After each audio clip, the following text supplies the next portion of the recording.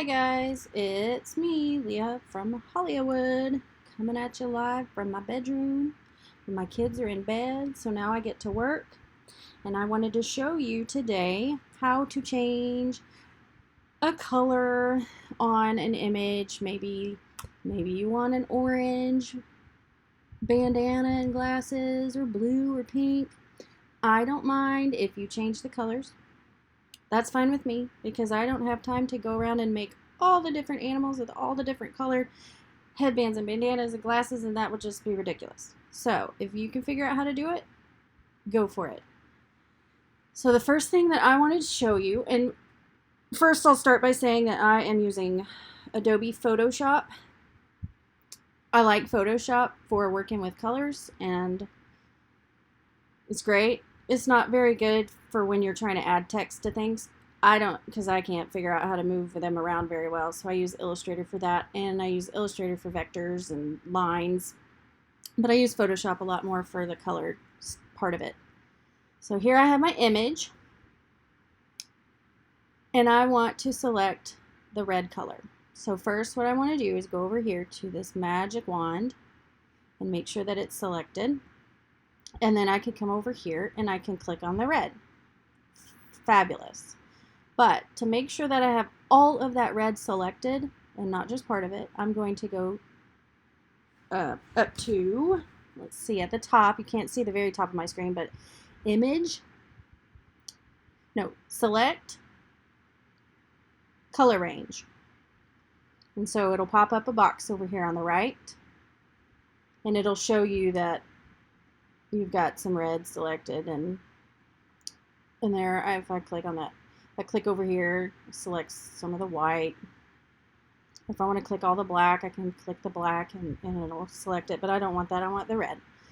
So I'm going to click on the red, and over here you can see it's kind of dark, so there might be different shades of red, so you want to make sure you get all of the red or it won't work right. So what I do is, you see my dropper tool right here, if I hold down Shift, it puts a little plus sign next to it. So I'm going to press and hold Shift while I go over here and click on some of the areas that might not have been selected. Some darker shades of red, maybe some lighter shades of red.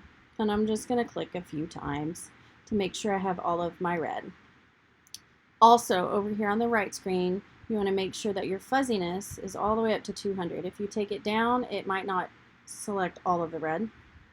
And my range is 100%. Range is showing like how much on the picture you want. So I want all of it. And then I click OK, because I think I've got it all, and it looks like I've got all of it selected. And now it's time to change the color. So there's a few different ways you can do this. You could get the paintbrush and you could paint on top of it. Maybe you just wanted to paint for fun. It won't paint on any of the parts that you don't have selected. So let's say it won't paint on any of the black or this white background because the only thing that I have selected is the red. So now what we're going to do is go up to Image, Adjustments, Hue Saturation. Now since the bandana is red, if I was to go down to the red, it would be opposite. Or I guess opposite, I don't know. But anyway, it doesn't change it red, it changes it blue because this is already red. But I'm looking for an orange because I want to have orange today.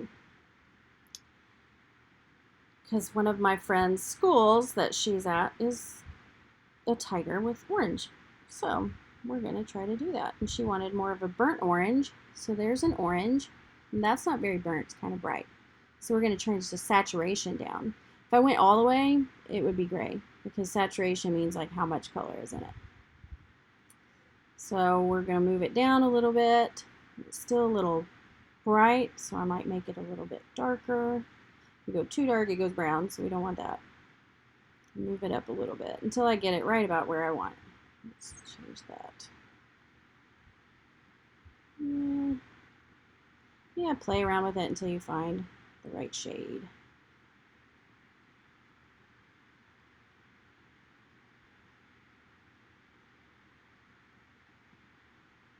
That's close enough for me. All right, so there you have it. A tiger with orange now, yay! And then we're ready to save it. So I'm going to take away my white background because I don't need that. Excuse me. And I'm going to go up here to File.